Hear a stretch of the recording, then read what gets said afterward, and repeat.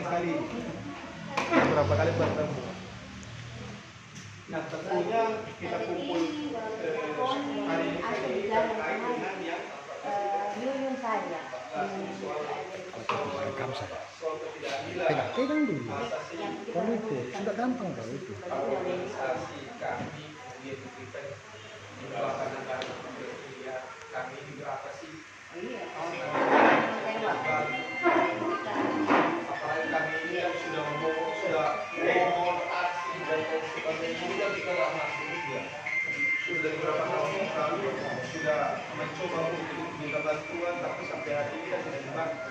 Kenapa? Karena dibantu, apalagi pembinaan kampanye ini luar biasa fantastis dan tumpukannya ini hanya untuk kegiatannya acara itulah munas meskipun pemerintah pusat hadir, tapi sangat besar sekali. Nah, mungkin untuk kelanjutannya mungkin Terima kasih Pak Dir, dapat dukungan dari LBH Sultan.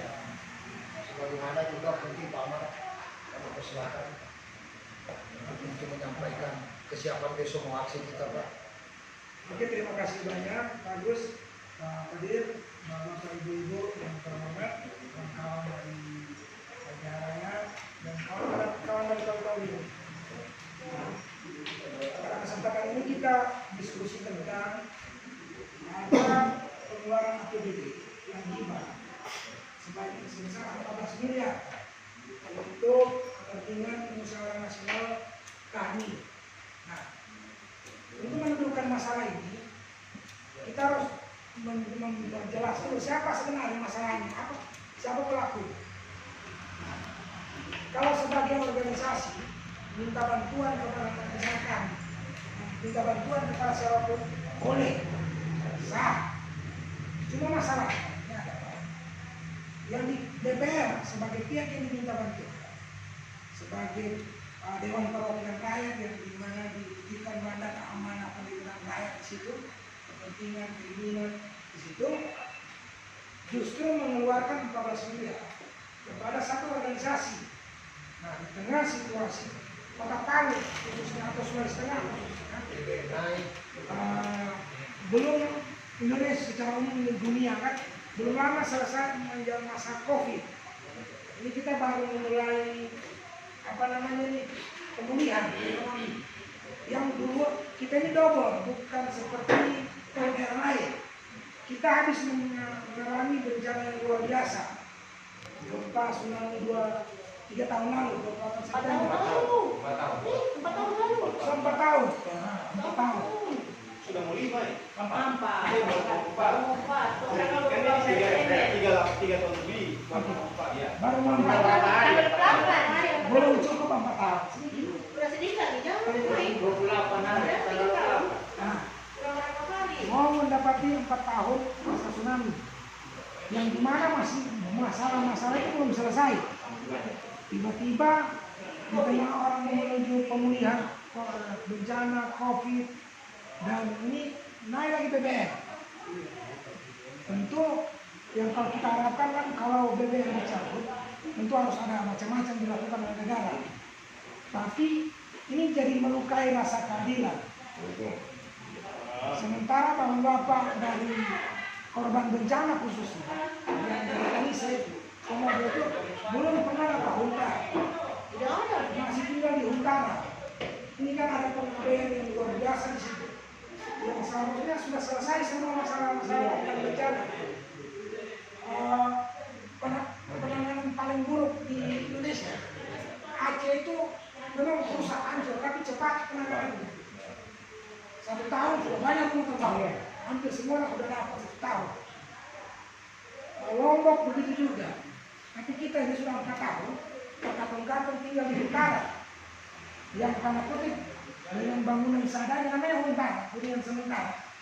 Yang dihuni sudah 4 tahun, itu bukan utara lagi kayaknya, hutan. Dan ini kan melukai rasa keadilan. Kita berharap bahwa dengan adanya situasi kita perlu menegur, memberitahu kepada DPR bahwa kenapa kau keluarkan sementara kita di tengah kesulitan. Ya kan? Kalau kita sementara baik-baik saja, kalau akan ada boleh-boleh lah. Seperti itu. Nah, kalau soal organisasi meminta bantuan kepada negara, kepada pemerintah melalui DPR atau gubernur, siapa saja, itu sah-sah saja. Tapi yang tidak benar ini adalah di situasi seperti ini, kemudian dicairkan sejumlah cuma dari 15 permintaan kurang dapat 14, itu cuma berapa persen turunnya dari permintaan itu, kan luar biasa. Saya kurang paham tentang politik itu, saya bukan partai politik. Kenapa bisa? Siapa kami, siapa DPR? Kenapa bisa mencairkan itu? Sementara organisasi misalnya Dewan Kesenian dapat berapa, itu sedikit sekali untuk menjalankan munas kemarin, sedikit sekali. Nah, kemudian kita dapat baca dengan laporan pertanggungjawaban dari Kepala Banggar, juru bicara Banggar DPR Provinsi, bahwa kenapa dikasih 14? Ada 1 miliar itu kemudian dibagi-bagi ke beberapa dinas. Ada 100, ada 150, ada 200.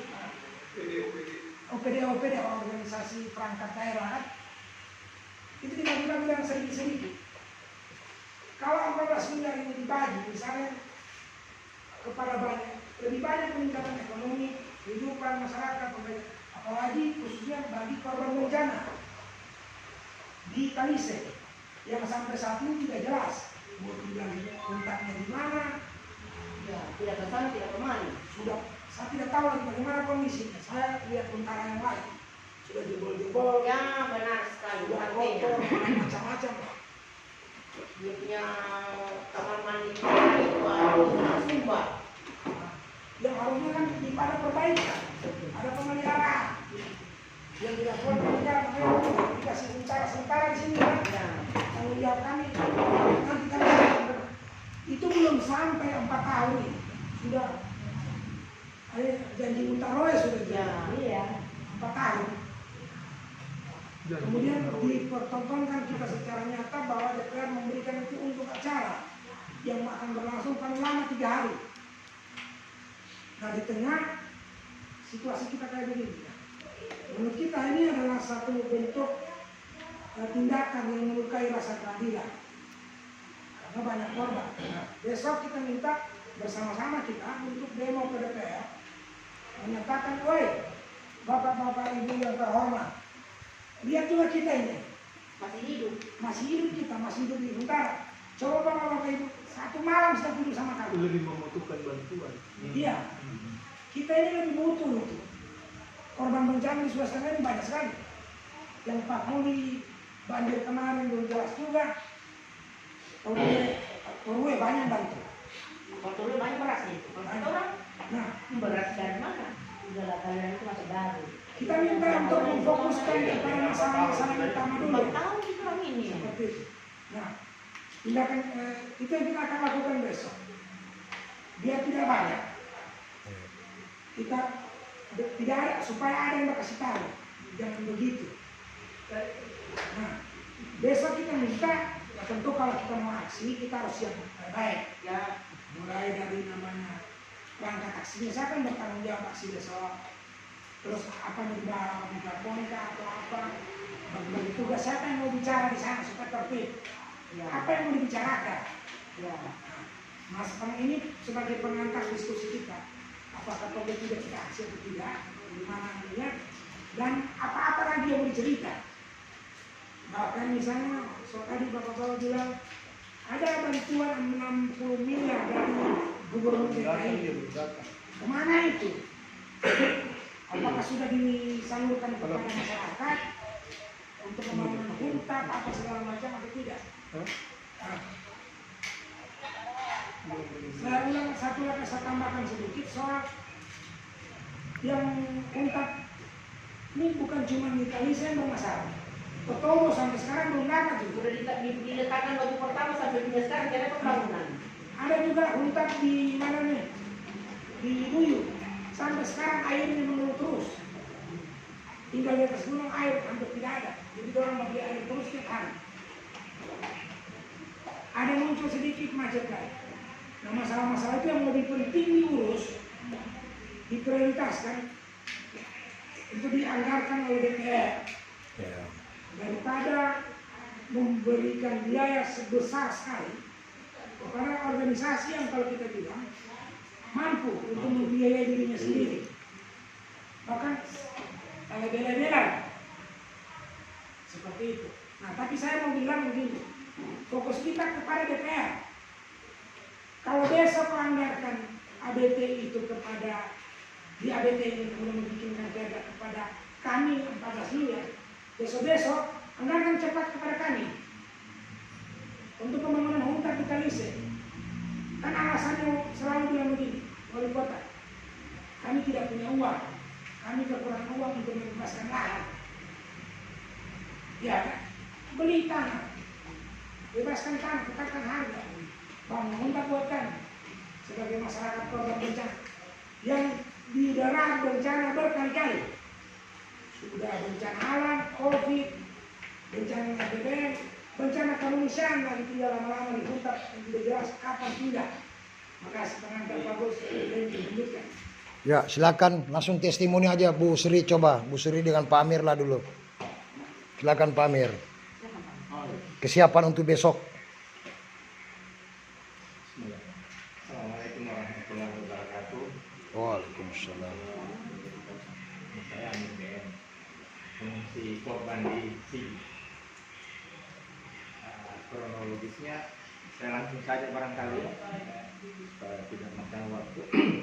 Saya ini korban bencana Pak. Berjuang terus-terus bersama LBH juga beberapa waktu lalu, 2 tahun lalu, dan beberapa organisasi lain. Saya bersyukur alhamdulillah per Desember 2021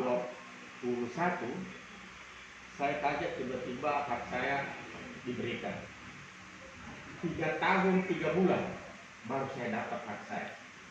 Jadi saya menilai Pak, saudara-saudara semua, bahwa memang pemerintah ini dengan sengaja memperlambat, menurut saya. Karena data saya per 2019 sudah keluar SK Bupati untuk mendapat stimulan 50 juta. SK sama saya.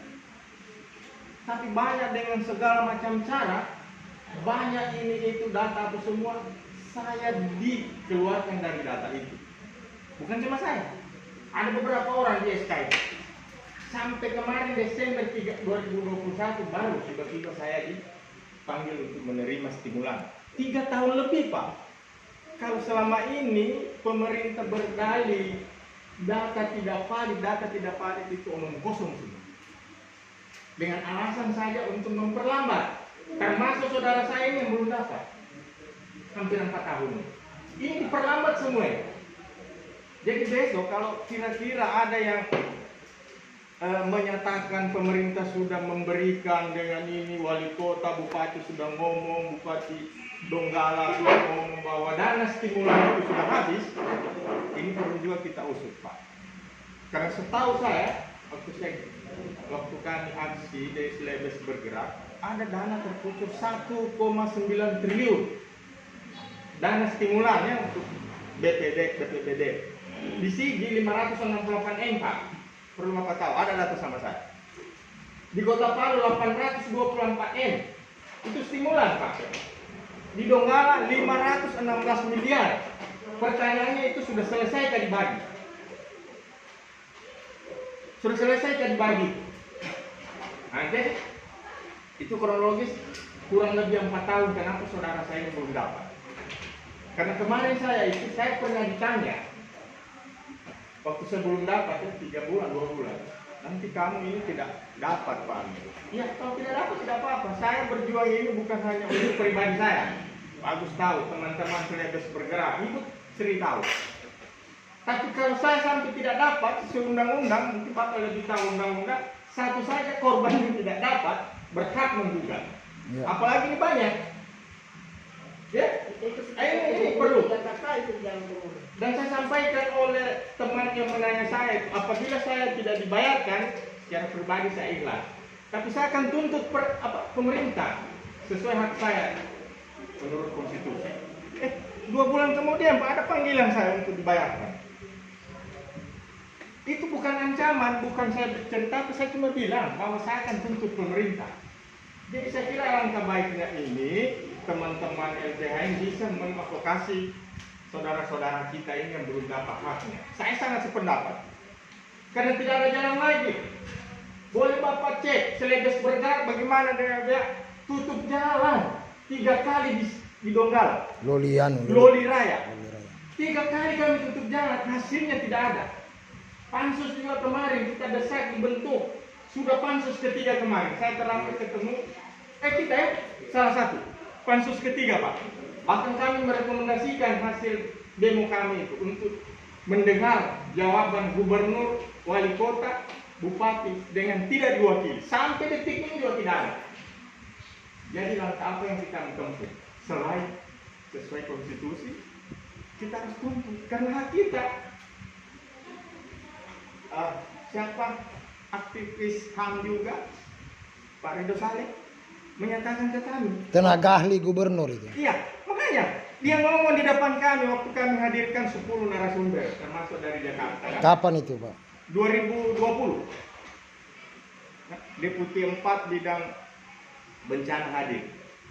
Dia ngomong, Pak Ridho Saleh ngomong, ada rekamannya di Celebes Bergerak, bahwa tidak boleh satupun korban yang tidak dapat haknya, itu melanggar HAM. Nah sekarang ini 4 tahun ini saudara saya ini belum dapat Pak. Kalau saya bersyukur 3 tahun lebih, tapi itu juga penderitaan luar biasa. Untung saya masih hidup, diberi umur ya, saya masih bisa nikmati. Tapi ada saudara saya, dia tidak nikmati dana stimulan itu Pak. Sudah diberikan dengan berbagai cara, 20, 30, meninggal dia. Apakah bukan kategori pelanggaran HAM juga ini? Ini yang kita mau ramu ini, bagaimana? Mungkin salah satunya. Pintu masuk kita ini, saya juga sangat sedih Pak Agus, teman-teman. Kok DPR sampai hati menganggarkan 14M? Kalau saya berteriak besok itu bukan cuma minta, harus dihentikan bantuan itu. Ada apa di dalam hal ini? Kami korban ini, coba bayangkan ini, dengan segala cara hidup, masih untung mereka hidup. Ya, bagaimana yang sudah meninggal Pak di Huntara? Ada yang pernah lihat? DPR pernah kan lihat itu ada tetangganya Ibu Sri ini bunuh diri. Terus ini Pak perlu diungkap. Jadi dengan lembaga ini saya kira banyak persoalan yang harus dibongkar dengan kezaliman pemerintah mengambil kebijakan bencana kemarin yang hampir 4 tahun ini. Jadu kalau di sini jaminan hidup per jiwa liris Pusdatina 2019 yang disampaikan gubernur kepada kami di sini 40M lebih Pak telah disalurkan oleh bank. Tapi buktinya apa? Siapa yang dapat ini? Apakah tidak korupsi itu Pak? Ada data sampai. Gubernur sampaikan itu. Tapi mana buktinya? 40M dengan jumlah jiwa yang dibalik 68.000 jiwa. Bayangkan Pak ini kezaliman ini. Siapa yang dapat itu? Dan di mana dana itu sekarang? Ini perlu kita buka, saya kira langkah baik ini karena sudah tidak ada jalan lain lagi, sudah berbagai macam jalan yang tempuh, kita tempuh bersama, sudah demo, sudah tutup jalan, sudah dialog, tapi nol semua sampai hari ini saudara kita belum dapat haknya. Jadi saya kira ini yang perlu kita bangunkan. Saya setuju kalau ada demo. Saya bukan orang suka demo, tapi saya setuju. Karena kalau ada demo, pemerintah saya lihat ada perhatian, walaupun tidak maksimal hasilnya. Tapi dengan didampingi kita dengan pengacara ini, saya kira ini mudah-mudahan bisa efektif. Karena apapun resikonya kita harus gugat pemerintah sesuai konstitusi kita. Tidak boleh kita ini korban ini tidak dapat hak kita. Kalau negara tidak punya uang, tidak cukup, jangan dulu bangun ini. Itu pernyataan. Ya. HAM. Jangan bikin jalan dulu, jangan bikin penuhi dulu kebutuhan. Tetapi dana ini berlimpah yang kami tahu, berlimpah Pak. Banyak sekali dana ini. Ini kemana nih? Yang mau bisa buka tabir ini, ya melalui gugatan hukum. Karena kami tidak bisa lagi dengar wakil kami di DPR. Banyak kami hadir untuk itu pansus ini. Ya kita ini. Sampai hari ini masih banyak yang belum dapat haknya. Jadi saya kira ini teman-teman, saudara-saudara pengacara kita ini, saya setuju. Kita bergerak mau kapan terserah. Tapi posisi saya mungkin tidak menggugat pemerintah di dua hal itu. Apakah hunta ataupun timulan, karena saya sudah dapat hak saya. Tapi yang saya belum dapat adalah jaminan hidup. Termasuk Komi mungkin masih ada yang belum dapat jaminan hidup. Itu salah satu. Komi masih bertubi-tubi. Hunta tidak. Jadi saya kira itu posisi saya. Oke. Saya tidak ikut menggugat dengan stimulan dengan hunta.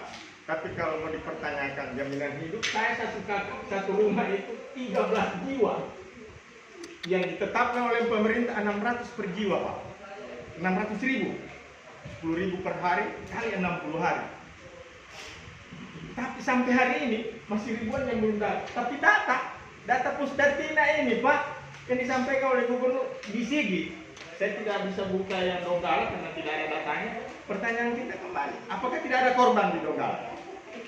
Kenapa tidak dapat jaminan ini? Apakah tidak ada korban di Kota Palu? Kalau santunan duka, iya, itu sudah clear semua. Yang 15 juta per jiwa itu. Ini saya kira yang kita bisa bangun bareng teman-teman yang belum dapat. Mari kumpul semua. Itu data apa itu Pak? Coba kasih lihat. Ini Pusdatina yang disampaikan Gubernur, Pak. Waktu Celebes bergerak, masih Sultan bergerak, refleksi setahun pasca bencana. Ini disampaikan oleh Gubernur ini, Pak. Gubernur diwakili Setpro waktu itu. Jenderal Dodi diwakili oleh Muhammad Rifai, Evan Rifai, Deputi 4. Ada 10 narasumber waktu itu. Nah, jadi saya kira ini lengkap ini. Kalau ini bohong berarti Pusdatina meliris berita bohong. Karena ini sampai ke pusat. Aturan lagi, Pak, yang dapat huntab itu Kepres tahun 2018 berakhir 2020 yang diprioritaskan bangunan huntab prioritas dipercepat yaitu likuifaksi. Ternyata ini likuifaksi sudah 4 tahun tidak dapat. Apakah tidak dapat? Ini likuifaksi ini atau yang berada di zona merah? Ini tidak dapat, Pak. Banyak tidak dapat ya? Ini likuifaksi 64, Pak. Di desa Sibalai. Semua hilang rumah, Pak. Terseret. Apakah tidak perlu digugat pemerintah itu, Pak? Undang-undang. Nah, jadi saya kira ini banyak. Nanti kalau dalam gugatan yang dia punya teknisnya ini harus ditarik KPK ini. Saya sudah berkali-kali berteriak KPK. Kemudian dia begitu dipaksa dia untuk memeriksa orang semua. Meriksa.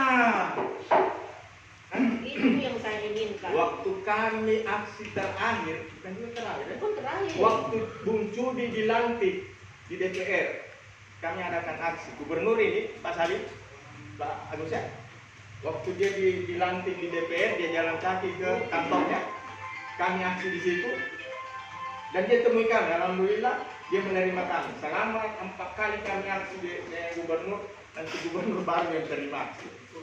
Dan dia sudah sampaikan bahwa di Donggala itu 516 miliar sesuai laporan bupati habis. Selesai. Nah, pertanyaan saya bilang tidak masalah, memang barang itu mau dihabiskan. Tapi data, adakah yang dia bayar berapa banyak? Dan dana 516. Karena itu lengkap semua. Sekian ribu yang rusak berat, sedang dan ringan. Begitu juga di sini, begitu juga di Palu. Ini mudah kok mencarinya. Cuma kami korban.